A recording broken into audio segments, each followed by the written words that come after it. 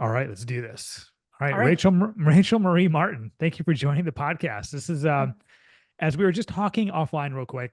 Perfect timing for this. I will get to that momentarily, but how you doing? I'm good. I'm good. I like that you are like, let's just record because so many times we get the good stuff right before and we're like, let's record. So Exactly, well exactly. done. Yeah, because I listen to some podcasters like they just get right to it. I'm like, who is this person? Why would I listen to this person? I don't know if they have any credibility. I don't know anything about them. Sometimes it's just nice, to just like have a little small talk, have a little Right? conversation, get to know the person. I mean, I love having podcasts with really smart people. I know about you, my audience does not. So I've done the research, but they Oh, haven't. So, it's like it's an introduction to who you are and who all my guests are. I think that means a lot. So appreciate you calling that out. But I was saying I think this is absolutely perfect timing for this episode. I'm going to be selfish for me and my wife. I'm not going to lie by saying this. If my wife was not busy tonight, hmm. she would be joining me. She would be sitting right here for the first time ever to be a co-host because she's got a lot of questions to ask. So I said, who knows? Maybe we'll do a part two after this because That'd be this is awesome. very top of mind in this household. So you do a lot for mothers. Being a mother yourself, you do a lot for mothers. And I've had some up close and personal, I guess you can say, experience now with mothers and everything they go through. Being a new dad since March 23rd, and we're recording this middle of July now. So it's like I said, it's very top of mind. Hmm. So I will say it's we are learning a lot, and for everything amazing that comes with motherhood and fatherhood, there's a lot of struggles. There's a lot of frustration, a lot of anxiety. And you know exactly what I'm talking about. We're going to hit on that here because you seem to be an expert in this area. You put it all out there in what, like 2008 with the That findingjoy.net is blog? right. That's right. And actually, congratulations on this new Thank you. phase, this new journey. So yeah, but it was 2008 where I started writing online. Like my kids like to tell people that I'm kind of an OG blogger. So You got in. If I right, was an OG podcaster, maybe I'd be making millions of dollars every right. year. Well, I love this medium, the whole internet, all of it, Mm. the possibility, the way we get to use this platform. So yeah, anytime anybody starts, I'm like, it's never too late. Mm. And you were a mom of how many? Okay, so this is the part where people I was like, what? So I'm a biological mom of seven, bonus mom to four, Wow. uh, in-law, is that, I guess that would be it, mother-in-law to two, and Wow. proud rescue dog owner to one. Always count the dogs. I You got it. celebrated You my have dog's to. birthday yesterday. They are part of the family, so I love that very much. And see, like if we didn't have this small talk, people would not know that you are a mother of that many children, and that It's a gives you so lot. much credibility right there. So I absolutely love that. I am a father of one. We'll see if it even gets to two. I don't even know at this point, but I don't know how you've even done that much. That's absolutely incredible. So you took to the internet and you started blogging. What's the story behind that? Well, I always actually I roll it way back. I grew up in a tech family. I give a lot of credit to my dad and my parents, especially my dad. I grew up in Minneapolis in the 80s when it was kind of it really was a tech boom there. And my dad bought a computer, Texas Instruments computer from Mm, a guy in his house. There was no Best Buy. And we bought it. I remember being in the kitchen and the monitors were on the top shelf and he picked one out and he taught me to code. So that was the mm, introduction to the entire computer world. And then when I was in college, the professor was like, you need to use the email. And I remember getting the AOL floppy disk that everyone thought was the internet. I'm like, you've got mail. yep. And I found Yahoo groups. And in Yahoo groups, somebody said, I really like the way you write. Maybe you should blog. And that was the new thing. And growing up, I always liked writing. So I always tell people it was like a trifecta of I liked the tech part, I loved writing. And in my own life, I once heard a speaker who like sparked within me hope. And I thought, I want to do that. I want to be the voice of encouragement. So those three things are what really led me to start my blog in 2008. Did I know what it would look like in 2024? No, but I'm so grateful that me had courage to do it. That's amazing. So at some point along that road, you became vulnerable, right? Like what made you want to just put your life and your struggles and your anxiety out there? Uh, I realized that a lot of people felt more alone than ever. It was the advent of social media. And before social media, I think those Yahoo groups was kind of a pre social media, all of that MySpace, that stuff. But I realized that even though we were more digitally connected, there was this part of us that felt alone. And I would look at whatever Twitter back then is pre-Instagram, pre-Facebook, a lot of that stuff. And I would think, well, I don't really feel like I fit in. And so I just started sharing the vulnerabilities with the encouragement that even in the rough times, you can be happy and all of that. And in the vulnerability is where I found my voice and then the community. It's how you connect. It's one of the Mm-hmm. reasons I started this podcast a few years ago, is just being honest and vulnerable. Like, I live a good life. Live a really good life. I'm happy and stuff like that, but it doesn't mean I don't go through my struggles. Doesn't mean I'm not dealing with stuff. And, like when you just put it out there and you connect with people, that's what makes this podcast successful. That's what make your blog successful. You're already on your third book coming out in August, which is incredible. So clearly you're a good writer. If you're on book number Thank you. three, I'm debating book number one, and the debate is almost over. I'm going to do it. I just don't know when, but congratulations on your third book coming out in August. So your first book is the Brave Art of Motherhood, It and the second is. book is Mom Enough, which sounds that was awesome. The read the description I read on Thank you. that, and your third book, Get Your Spark Back: How to Find Mhm. Happiness and Reignite Your Life, is coming out just a little over a month now. Um, what made you want to start writing the books, going from a blog to books? I think especially back in early to like the 2010, 2011, it was like this, oh, if I could do this, maybe I should write a book. It was all of a sudden this thought came in, and then it was readers would start to say, "Hey, do you have a book?" That was a very powerful thing. As you know, with having an audience, I would listen to them and they kept saying, "Well, do you have a book? Do you have a book?" And eventually you either listen to what the universe is telling you Mm. and run with it, or you decide I'm not going to do it. And writing a book is it's quite complicated and it's quite frustrating and it's unbelievably rewarding. But there's moments in the middle of writing a book where I'm like, what am I doing? What am I doing? Because you're creating from nothing. You have an idea, but you have to put it all together. And it Hmm. takes tremendous amount of patience and diligence. And I always give kudos to my family because during the months when I'm writing it, I think we eat ramen or spaghetti. Well, speaking of eating ramen, I Mhm. watched your interview on the Today Show. I'm not sure when that was recorded, and you talked about your issues with finances and literally trying to put $3 into your gas tank Mhm. with your kids in the car, and just trying to make every day ends meet basically every day. Wow. If you're ever going to connect with people, it's stories like that that people can relate to. What was Yeah. going on? What was going on? Like, what's like, how did you go from that to where you are today? Like, talk about the struggles a little bit about being a mom and what you went through.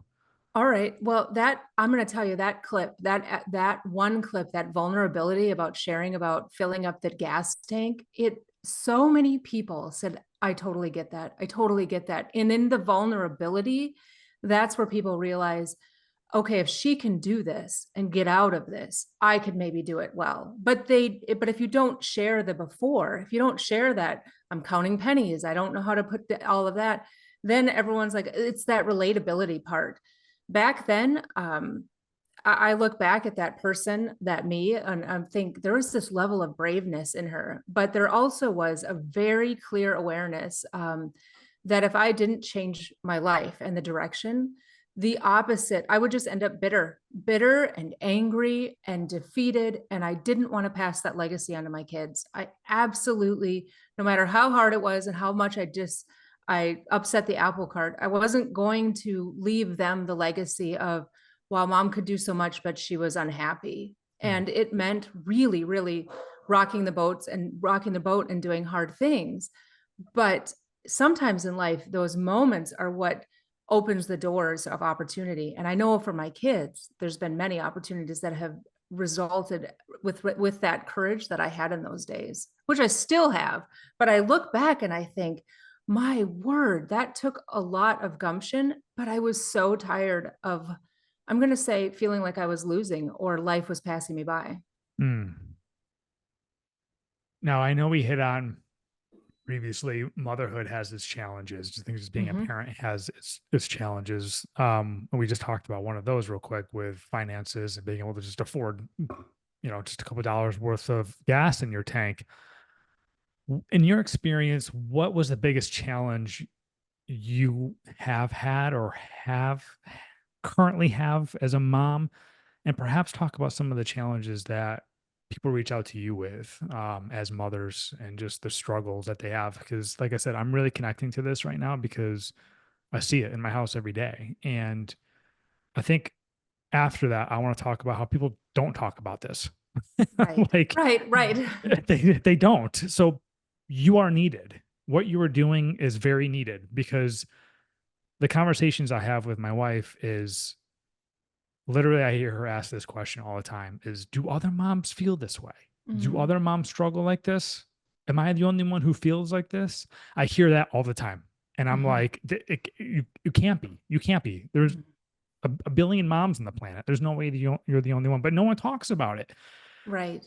Right. Wow, So, that made me teary. I feel that. I mean, I feel that it's like an angst inside of yeah. wondering, am I cut out for this? Am I good Hmm. enough? Am I making a mistake?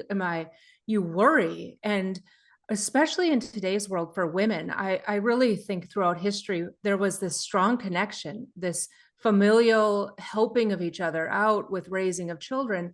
And then in the last, even with all, then all of a sudden we're expected to kind of assume that we know it all, Mm, but we don't. I always tell people, like, this is the first time for you parenting a newborn or parenting mhm, a 6 month old. And for me, it's the first time of parenting a 28-year-old, or each child is different. And there's that constant wonder. I also think for us as parents, it's an overabundance of, for many of us, of choices. And I give the example often of, if you were to go into Target or Walmart and decide I'm going to buy a pacifier, there's an entire row of them. And then mm. there's sections in there, and then there's different ones. And then if you finally buy it, then you'll read the article the next day about why you shouldn't use it. And Right? so My God, you'll yes. make a decision, and you're going to be confronted with, oh, maybe I should have made that decision. And I think it's a blessing to have all the information or the internet, but it's a struggle because we think, oh, well, you just get on this path and then maybe I should do that path. So talking about it, talking about, you're like, that's totally true about the pacifier. Talking about that helps. I really think it helps take the edge off a little bit of, no one has all the answers. And you can, all what really matters is you try your best. And sometimes that means you have an okay day, and sometimes it means a great day, and sometimes it has a day where you're like, thank goodness there's tomorrow. And Mm. the days all matter. Okay, so I want to hit on something more personal here about what we're dealing with in the house, and I got permission from the wife to kind of talk about this. Um, but like I said, being vulnerable and being honest is how people connect. Mhm. So these are real problems, and so I'm trying to explain to my wife, and I'm assuming you've had this conversation numerous times with the mothers Mhm. that you work with, that you have to fill your own cup before you start filling other people's cups. She is such like a caretaker that she will literally kind of like run herself into the ground trying to Mhm. take care of even me or the newborn. Mhm. And it's like I keep telling her over and over again, you have to work on yourself. You have to do things that you find enjoyment out of, because when you're happy, he sees that you're happy, we're all happier, and like there's just such a difference. And when you're trying to give and you're just empty inside because you're not taking care of yourself, it's a really really tough place to come from, and the mental state is really hard. So I'm sure if you want to hit on that, yeah, hit Mhm. on that if you could. Okay, everyone's heard the oxygen mask analogy. Yeah. Put yours on first.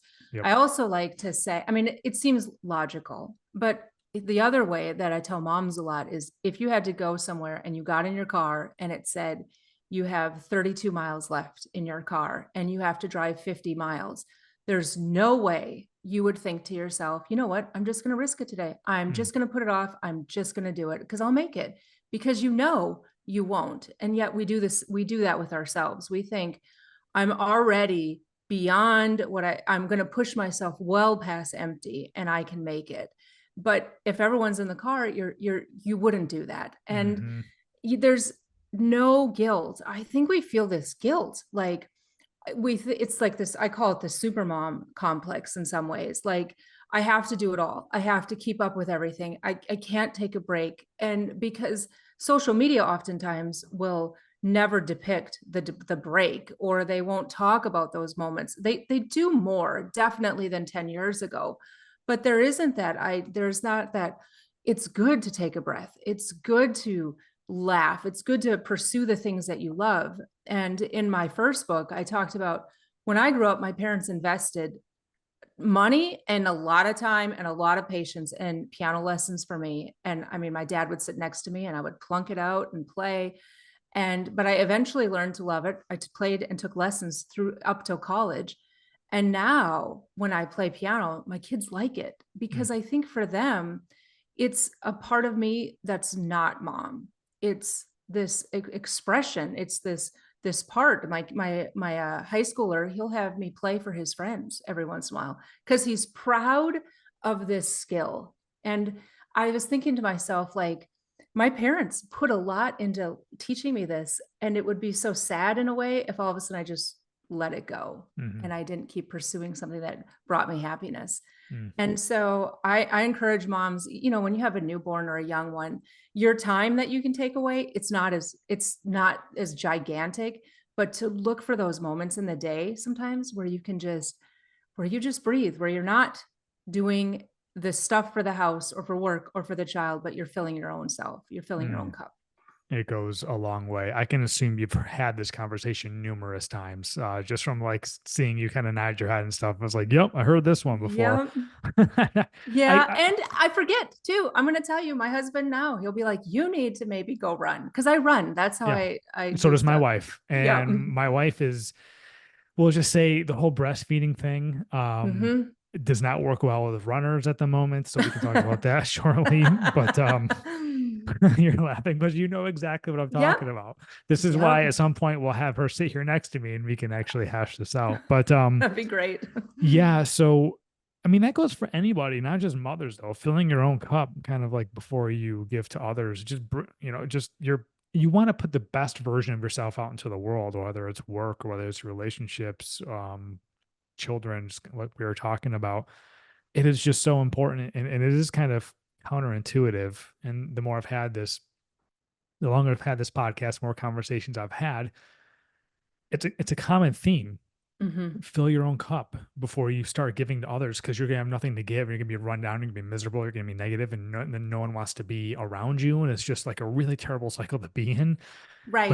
it's counterintuitive. We're not really taught that. We're taught to be like, oh, go do something for somebody else, and we're not really Right. talking about like, no, do something for yourself first. That's seen as selfish, right? Right. Right. Well, in fact, that's kind of why I decided to write about happiness, because I think that happiness is seen as kind of selfish in Yeah, some ways. Like, yeah, we're like, oh, that, don't know that.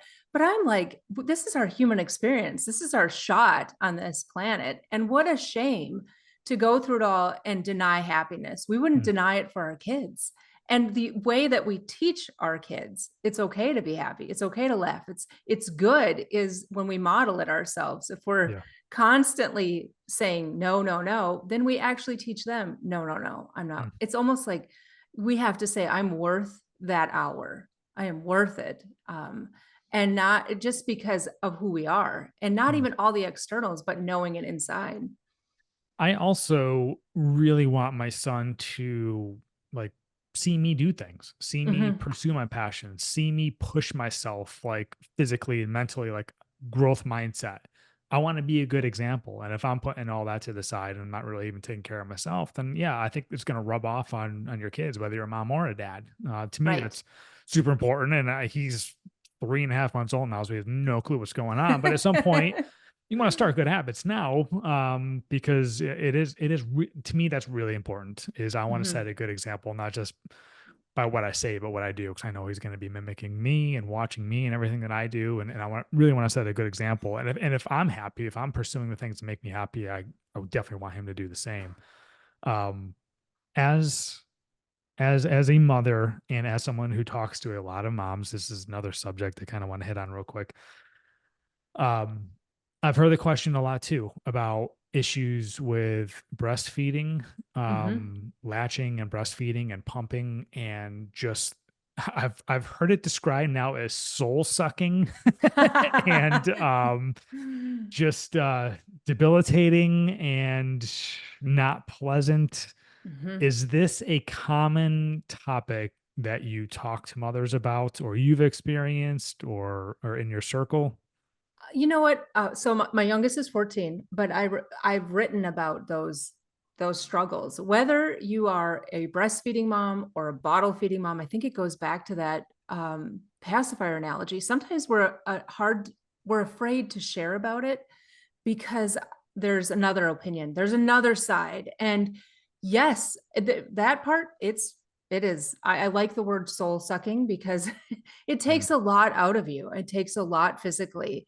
And I think the only way to deal with it is to talk about it and to talk about it where no matter what your perspective is, that you come and you meet the other person with empathy. And that's been always one of my goals with my own site was that we have a place of dialogue where we can share about our issues and it's not the kind of power over strategy where oh nope this is the way you do it versus I learned this years ago, this power under strategy where you come underneath somebody and you support them and you carry them and you love them versus hammering them. This is the way, this is the only way. And that to me is the most important part about whatever feeding journey you take in parenthood is knowing you are 100% making the best decision for your family. And does it mean that it's always easy? No. mhm, mhm, But you know your child and that to me is worth that's the only answer is being comfortable enough to say you know what I love my child and I am showing up in the best way that I can and sometimes it's really really hard mhm. but there's so much power in that like years ago I wrote this quote I was at the school auditorium and I was listening to the kids sing something and I watched my son scan the entire auditorium looking for me and then as soon as he saw me his whole face lights up and he's super excited. And I remember writing it like nobody, no child is scanning the auditorium or the pickup line looking for a perfect parent. They're just looking for their parent. That's And true. that's really what matters. Yeah, very true.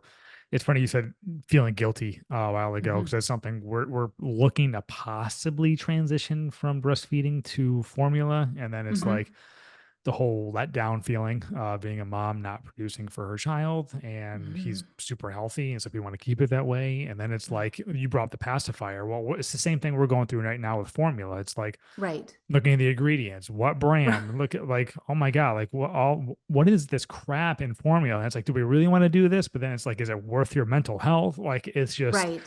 it's a lot. And like, I really, really appreciate you giving a place for moms to talk about this because I think that's what moms need is just other moms because it's like she comes to me and I'm here. I'm here for her. I'm here to support her. It's like Right. whatever we need to do. But I'm not a mom. I can't really relate to what you're doing and what you're going through. I'm just here to support you and give my best piece of advice for you and the Mhm. family, what I think is going to work best. But I do know that she was like in a mom's Facebook group like a few months ago, and I was like, every time she logged in, it was just so negative. It was people Oh. like bitching about stuff, and it was like Mhm.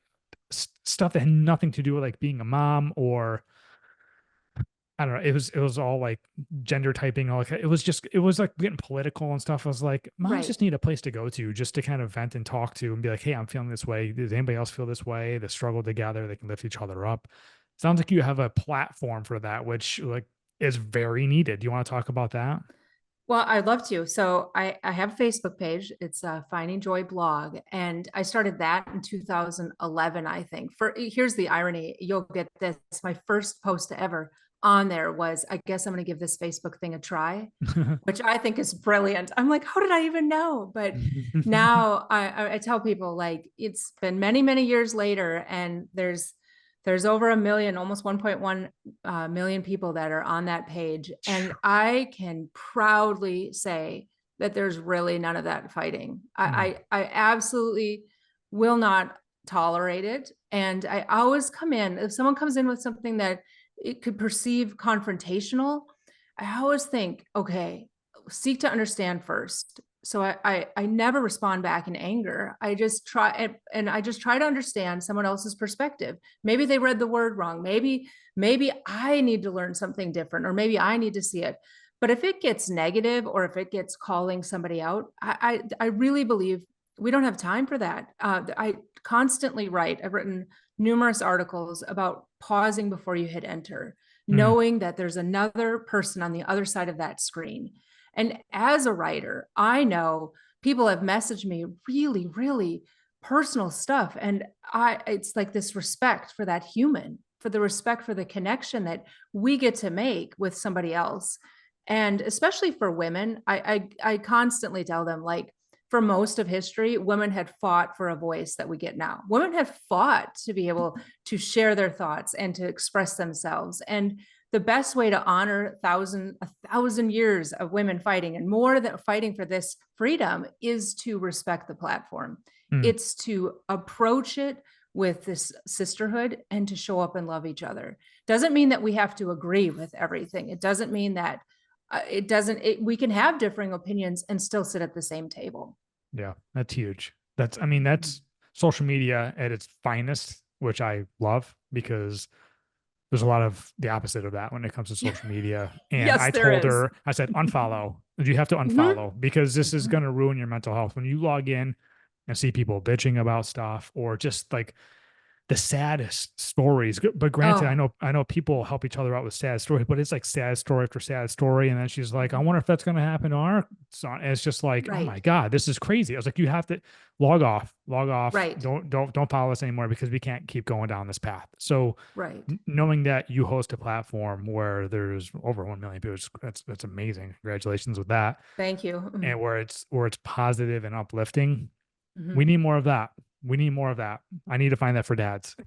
That's for Yeah. sure.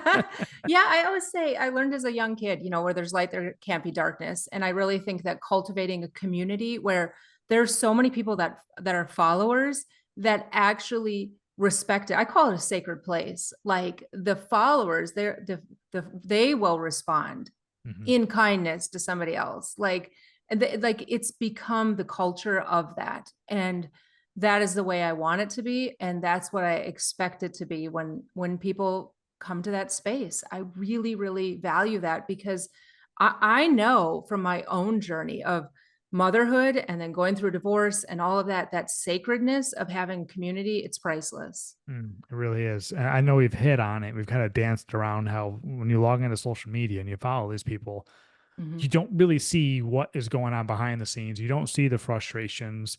You just see happy mom, happy baby, everything looks good. And then it's like, what Chocolate am I ice cream doing cone. wrong? Yeah. Right, right. Yeah. And we talked about, like you being a runner and my wife's a runner. Mhm. She's struggling right now with running because she's getting back into shape because she's postpartum and stuff like that. And it's like, you don't see that very often. You Right. really don't. And so I just want to once again like applaud you for like putting this out there and being vulnerable and being honest and giving people a place and mothers a place to do this because social media is a highlight reel. It's not real life.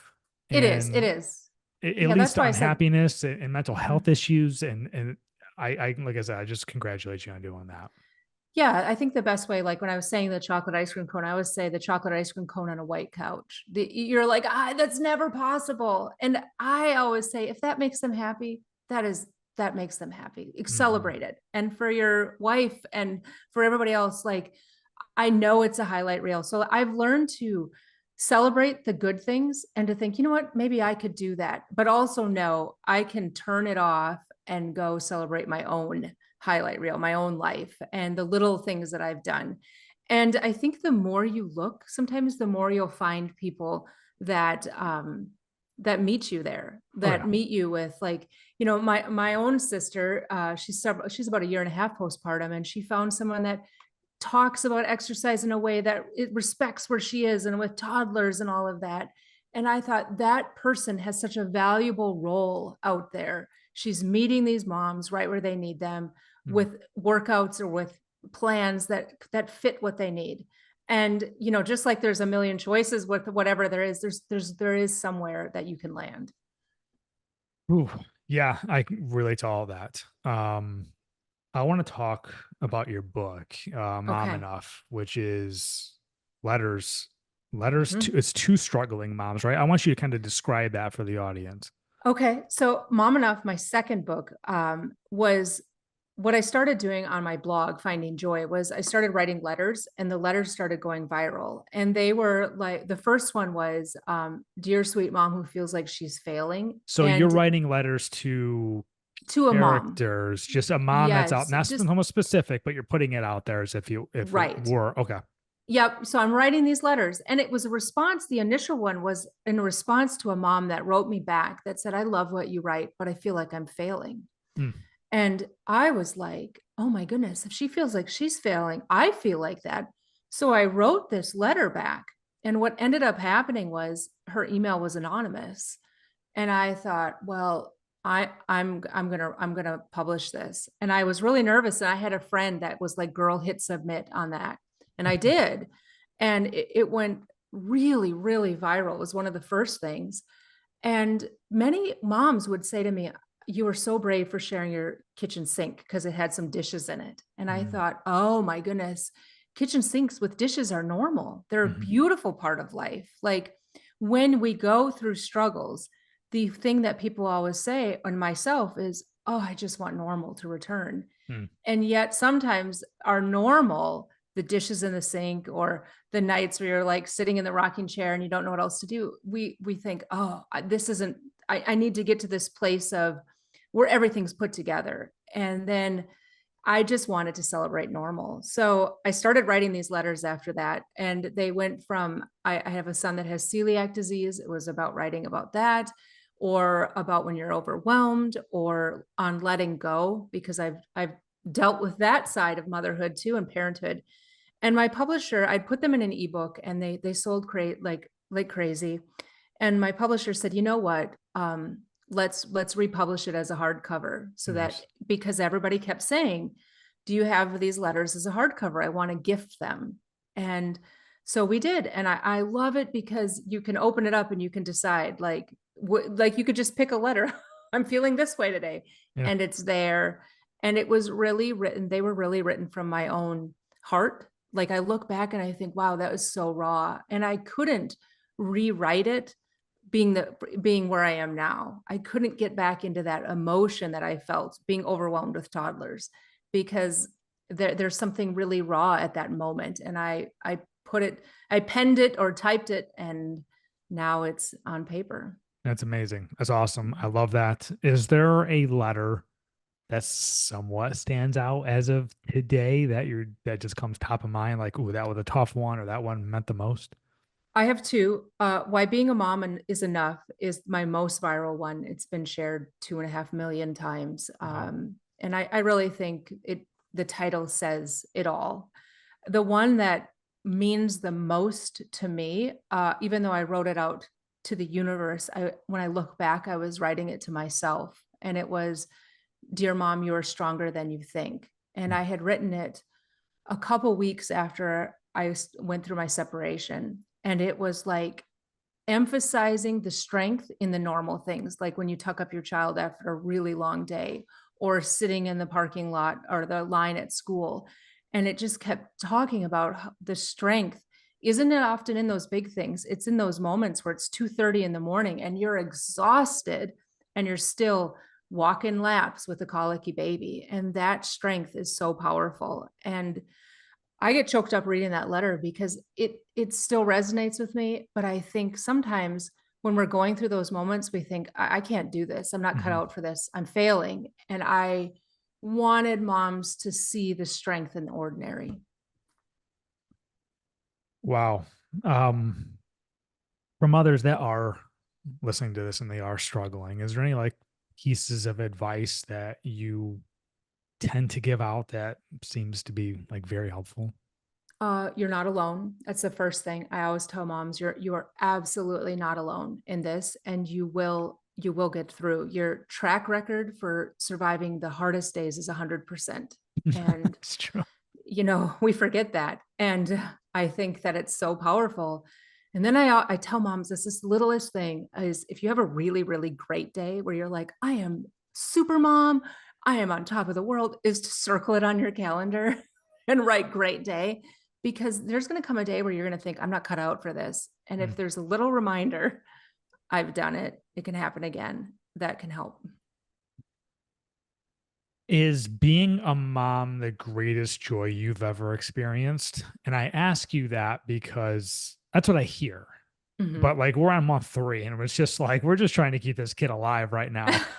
Um for the moms and the parents listening to this, they're just like, oof, this is a struggle. When is like the true joy gonna come through? Like, is it the greatest joy you can have as a mom?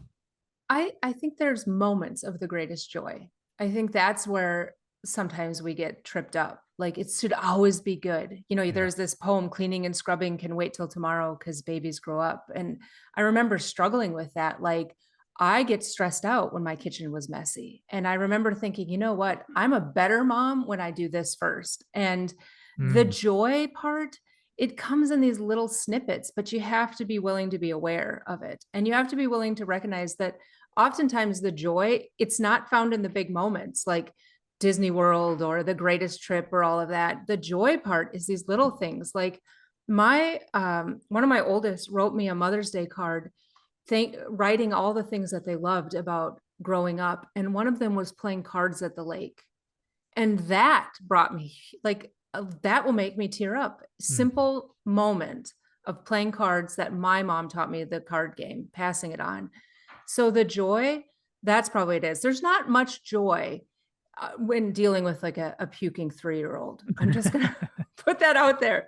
But there are moments of it. So I think that's the aspect of finding joy is being willing to say this season's hard yeah. because there are hard seasons of motherhood. Potty training, another hard season. Mhm, I watch them go through it and I'm like, oh, and the other thing is, I tell people to enjoy the season they're in, or like me with older kids. I think one of the greatest disadvantages or things that we shouldn't say is, oh, just wait till they're teenagers or mm, just wait there, because every age has got its fabulous moments and the hard moments. But I've loved every age for what it is. mm. That's the realness right there. That's the honesty. Is not everything Yeah. is joy. It's in there, No, but it's not not. everything. That's a real answer. I appreciate Yeah, that. driving lessons, that's another one I'm just gonna let you know. Oh my Not very god. fun. Pumping the air Yeah, brakes in the right. passenger side. Um, what would you say is perhaps like the biggest myth or misconception about being a mom that you try to keep putting the fire out that's just still hanging around that you want to talk about? I think it's probably like, you're gonna make mistakes. You just will. And, there's never a moment where you think I've got it all figured out. Like, or there's never a moment to me where, oh, this week will be easier. Like, Mm, and I know that might sound a little bit strange, but I've always like, oh, it's another week. It's busy. It's another week. It's busy. And that's just the way it is. And the myth to me is that you're going to find balance. Like, okay, pretty soon, I'm just going to get to this place and it's going to be equilibrium. I really believe life and motherhood, and it's all about balancing. Sometimes you have to teeter this way and sometimes you have to teeter this way. And being willing to kind of go with the flow and be adaptable, that has been the the best lesson I've learned about life and motherhood is when the unexpected happens, we are always like, how did that happen? It's almost like mm, expecting the unexpected. mm. Not to switch gears too much here. Another question I want to talk about is I just want to make sure I hit and everything. So another question I want to talk about is working moms. Mhm. Because I'm thinking how just motherhood is kind of evolved and another Right. stress that's added to the whole situation of raising a child now is moms get weeks off, maybe months off, and they go back to work. And then you got to juggle work on top of being a mom. Work is stressful enough by itself. Being a Mhm. mom is stressful enough by itself, let alone having to go back to work and make both of them somehow work and manage that. Can you just talk briefly about how that's evolved over the years, especially like life costs more. That's just what it is. Life costs more now, and you got daycare, and you got like if you don't work, obviously you don't need daycare, but like just the struggles that moms go through with having to have another income in the home and take care of that too. Well, I think some of the struggle is there's just like the feeding debate, there's the work at home, stay at home, or Mhm. working mom, stay at home. There's just all these voices or expectations, or maybe you always wanted to stay at home, but you have to work. And then there's this layer of guilt on you. And I've often gone back to the story about my grandfather. He was a farmer in Minnesota, and when it was harvest time, my grandfather was in the field, and I never doubted my grandpa loved me, but he had to work, and he did what he needed to do in that moment for his family. And there are times in my own life where I tell my kids, and my husband will too, like, it's harvest time. This is the time that it is. And work can be a noble thing and a giving thing and a good thing. Just like it sometimes, that auditorium quote, there's probably parents that are at work and it's just as powerful because they're showing up for their kids in that moment. And Mm, that's what I really would love for moms to remember is whatever your choice is there, and whatever you have to do, you're really doing it out of love for your family. yeah. And that to me is the most noble thing. Does it mean that it's always easy again? No. And that's where I think really finding your people matters. Finding the people that can resonate with you, that are your support group, that will say, okay, tell me about your day without judging, and that are just there as that like companion in the Mm, journey. mm. I'll tell you what, you've built your credibility already. We've been doing this for like 45 minutes and it's just bam, bam, bam. I know why you're an expert. How long did it take for you to get to be this comfortable just talking about this stuff and just I ask you a question and you just give it right back. You know the answer like immediately, which I find very impressive. Being a mom yourself, obviously so many children. When did you really kind of like start to feel really comfortable and confident in these answers? When I took back my own life in a way, I was, for a lot of my motherhood journey, I struggled. I mean, I felt lost. I felt like I was always behind. I felt like I was watching life roll by me and I wasn't a participant in it. And there's a really powerful moment when I just decided I'm going to participate in my life. And that meant accepting the reality of what my life was at that moment. It meant I couldn't pretend, I couldn't hide. And in Brave Art of Motherhood, well before COVID and all of the mask debate, I actually said that I took off my own mask for me, it was pretending that everything was a certain way and actually letting the world see me for what Mm, my life was. And there's freedom in that, because if you're so busy trying to look like you have it all together all the time, you have zero time in actually changing things because you're so worried about the outside that the inside doesn't get done.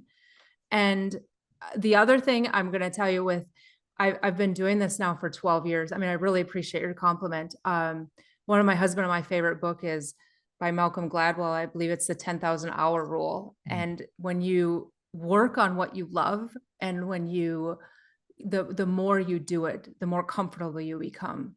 And this is what I love to do. I love to write. I love to encourage people. I love to speak. And I'm very, very passionate about people and moms and just the world living their best life, not putting it on hold, not Mm. saying someday I'll do this, someday, because I lived that. And my big thing is you have to make whatever you're putting off for someday a priority today. Love it. Talking about your experience and how long you've been doing this, is there I would say, a scenario or an issue or whatever you want to call it that seems to be popping up now more than perhaps previously, or something you didn't expect to be perhaps popping up to emails or these conversations on Facebook? Like, what are people facing now that perhaps weren't a decade or two ago? So now, and I really think our COVID years had a little bit to do with that, which is why I actually wrote my third book, Get Your Spark Back, was all of a sudden, I really believe a lot of people, not everybody, not the first responders who I'm profoundly grateful for, the people that kept everything going. A lot of us had a moment in time where life just stood still. And in that, the projects that we kept putting off got finished. And Mm, then we were left looking and going, well, now what? Now, who am I? And then that question about who am I it's kind of fearful. Like, I don't know. And what I loved about sharing my own story about getting my own spark back was people would start to email me saying, well, how do I get my spark back? Because they saw me do it in my own life. And I love the truth that nobody ever said, how do I get a spark? Or how do I get your spark? Or whatever. How do I get my spark? They always, 100% of the time, would use the word back afterwards, which mm, meant to me they knew they had it and they mm, wanted it back. You know, mm. you look at toddlers, and if someone takes one of their toys, they want it back. And there was this hunger, and I feel it now. There's this hunger for authenticity and a hunger for people to live the lives that they that they're called to do, to not be so afraid, to try new things, to find happiness and be unapologetic about their stories. I appreciate the segue into your third book. That was wonderful. I Well, was going to thank do you. it and you did it for me. So that's amazing. Let's talk about that. Let's talk about your third Okay. book. Why did you want to write a third book, and talk more about what you cover? Okay, well, you should have asked me that in the middle of writing my third book when I was like, why am I doing this again? I did because everyone kept asking me. So I know that's going to sound strange, but I wrote my first book and I knew exactly this is what I'm going to do. This is what I'm writing about. It's about reclaiming your life and after really hard stuff. And this one, I went through my own journey of I had gotten remarried and life was really, really good. And I had this struggle even a little bit before COVID, like, well, who am I now? Like, what's the story? Like, what am I going to do next? And I ended up on this journey of self discovery. And that was my own getting my spark back, which evolved into this book. And the questions that women would ask would be like, well, I feel like I'm getting too old now. I resonate with that because my timeline is rapidly approaching 50. And I remember I had this moment where I thought, even if this is probably more than half my life. And it was really profound. And I knew I didn't want to waste anything. So I answer those questions like, what if I'm too old? Or what if I don't have money? Because I dealt with that story. Or I don't even think I have a spark. How do I go about finding it? And I wanted to be the friend on the journey with somebody else that says, okay, listen, I know you really want this. And I know it's important to you. And this is the journey, this is the path, and you can absolutely do this. And it involves saying yes to yourself. It involves going, you know what? I'm going to slow down. I'm going to put gas in the tank, and I'm going to take care of what needs to be taken care of. I feel like we just came like full circle about filling your own cup. That is incredible. I love that because it is. I just want to hit on it again how important that is. Um, Mhm. there are definitely days I feel selfish, honestly, where it's like, hey, I'm gonna just go do a workout for 60, 90 minutes. I'll be back. Can you please take care of him? And she's like, yeah, no problem. There Mhm. are times I feel a little bad, but then I get home and I'm like, okay, I had my me time. Like, I worked all Right. day, I got my workout in, I feel good, I feel confident, like I did my thing, and I can just give so much more rather Mhm. than I didn't get to do what I wanted to do today. You're just negative. I don't feel as good and all that stuff. So I absolutely love you hitting on that again, and you writing that in that book, because it is just, it's ultra important. Like I said, we weren't really taught that growing up, filling Right. your own cup. I think it's powerful too that the idea that you would feel selfish means it's important to you, like to show up for your spouse too. There's some power in that. Like it would be another thing if you're like, I don't care, I'm just going to leave right now. Yeah. And there's real power and beauty in the idea, like even those feelings give importance to what to you to what like credibility to how you feel. Like it's important, but you're also managing and navigating a life with somebody else, and Yeah. that's a beautiful thing right there. And I think that's part of the journey, is recognizing the gamut of emotions and not judging them right away, not thinking, oh, that's a terrible thing, but rather looking behind it. What's the reason I'm feeling that? And then Mm. when you understand it, going, you know what, this is actually because I care about her, and that's what matters there. Mm. I absolutely love it. This is one of the best conversations I've had in a long time. Oh, It well, is thank you, that's very, so nice. very, very, like I said, very relatable. It is. I'm so glad we're talking now than like 5 months ago, because these questions would not have been Right. there. So That's so things happen. true. Things happen for a reason. Mhm. I have a question for you. I'm just genuinely curious. Do Okay. you have any regrets? Do you look back as a mom and say, I wish I did something different? I do, but I think like the regret would be I wish I had spent a little more time or I read a couple more books. But I'm gonna tell you, when you're in that moment, you do the best you can. It's Mm, it's like, and I remember that like sometimes older parents would tell me these things and it would add more pressure. Like, oh, I'm supposed to read those books now. I'm supposed to do this. And when you're in that moment, that moment of really giving to self, you just really try to do the best you can.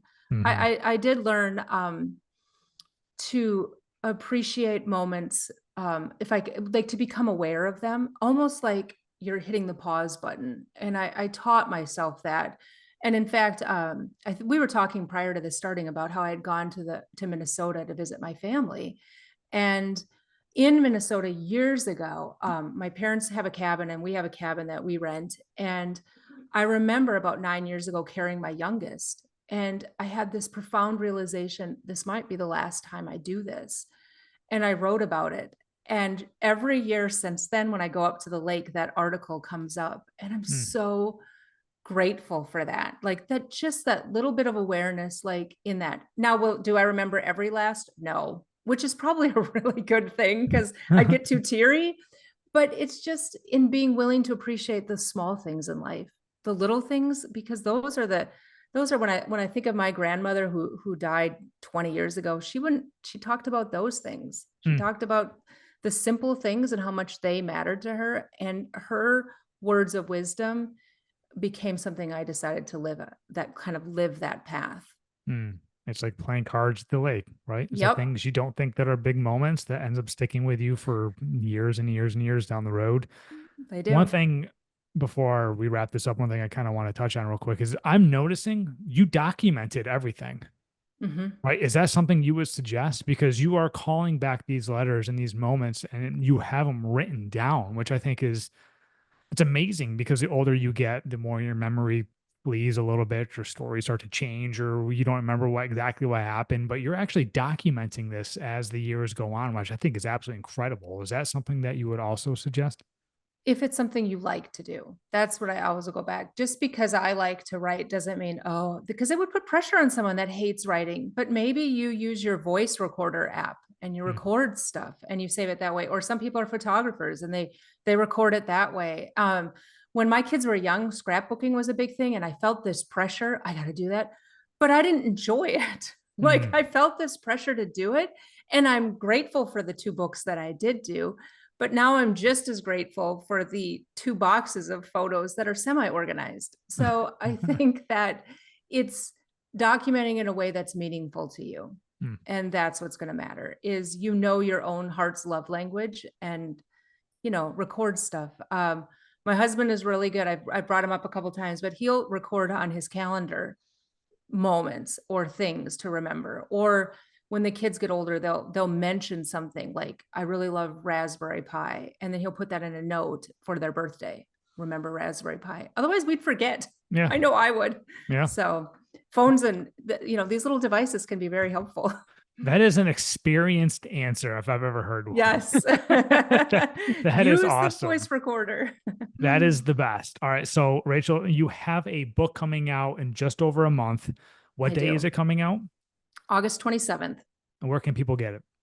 You can get it at Amazon, Books a Million, Barnes and Noble, all those retailers and local bookstores as well. That's so awesome. And so, where can people follow you? I know we've talked about different platforms. How do we get there? Okay, so the hub, I would say, is my site, findingjoy.net, or else most people find me on Facebook, Finding Joy blog. You just type it in, I'll pop up, and little blue check mark there. Or I'm also on Instagram at finding_joy. Awesome. And I will link everything in the show notes. So you don't have to go Googling it. You can just scroll down, click it, it'll open for you. Can't get any easier than that. All right. Before I let you go, if Okay. there is a mom or mother's listening to this and they're like, I heard some amazing stuff.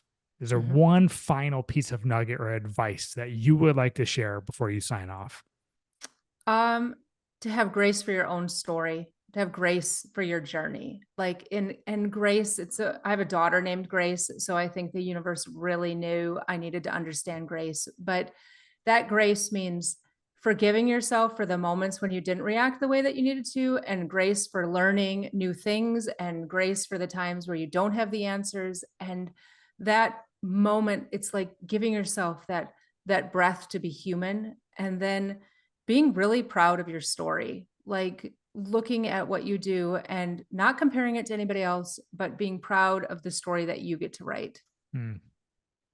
Amazing. That's great stuff. And just to throw my nugget in there too, like mom's like, I have a complete new respect for mothers, new respect for my mom, a new Mhm. respect for my wife. I witnessed 9 months of being pregnant and what that does to a body and your mental state and all the worrying and anxiety. You just want the Mhm. baby to be healthy. And meanwhile, you're trying to live your life normally and you have to go Right. pee every 30 minutes. And I don't know. It's just hard to understand the sacrifice and everything that comes with that without actually kind of seeing it or going through it. Mhm. So thank you, moms out there. And thank you, Rachel. You're doing an amazing job for giving people a place where they can kind of talk and lift each other up because it is probably the most important job in the entire world. So congratulations on doing your job of raising all your kids and writing these books and the blog and giving people a place to feel good and succeed and come together. So thank you, Rachel. Appreciate that. Thank you. All right.